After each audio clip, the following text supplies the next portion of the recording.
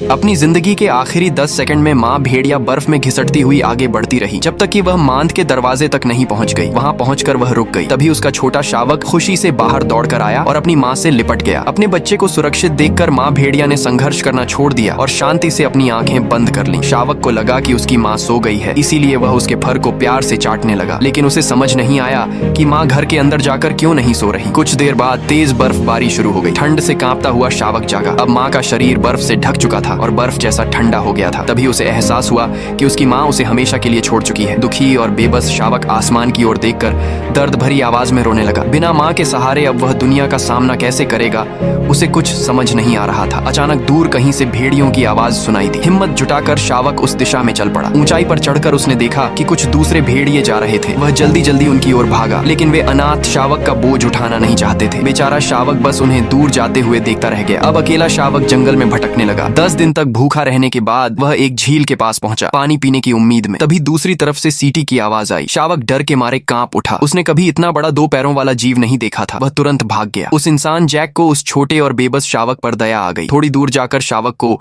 एक छोटी धारा मिली जहां कुछ मछलियां फंसी हुई थी। वह धीरे धीरे उनके पास गया, लेकिन उसकी माँ ने उसे कभी मछली पकड़ना नहीं सिखाया था। भूखा शावक उन्हें देखता रहा, कोशिश की मगर नाकाम रहा। आखिरकार उसने सिर्फ पानी पीकर अपनी भूख शांत करने की कोशिश की। जंगल में लौटते समय उसे कुछ चूहे दिखे, लेकिन शिकार करना भी उसे नहीं आता था। चूहे बिल में घुस गए और वह बस बिल खोदता रह गया। थककर और दुखी होकर उसने पेड़ की टहनियां चबानी शुरू कर दी। तभी उसकी नजर पेड़ पर लटके एक खरगोश पर पड़ी। वह खुशी से झूम उठा। उसे लगा जैसे भगवान ने खाना भेजा हो। वह तुरंत उसकी ओर दौड़ा, लेकिन वह एक जाल था। शावक हवा में झूलता हुआ बुरी तरह फंस गया। तभी इंतजार कर रहा शिकारी सामने आया। शावक डर से जम गया। ये 2 पैरों वाले जीव आखिर कौन थे? बूढ़े शिकारी ने उसका मुंह खोलकर देखा, जैसे उसके मन में कोई खतरनाक योजना चल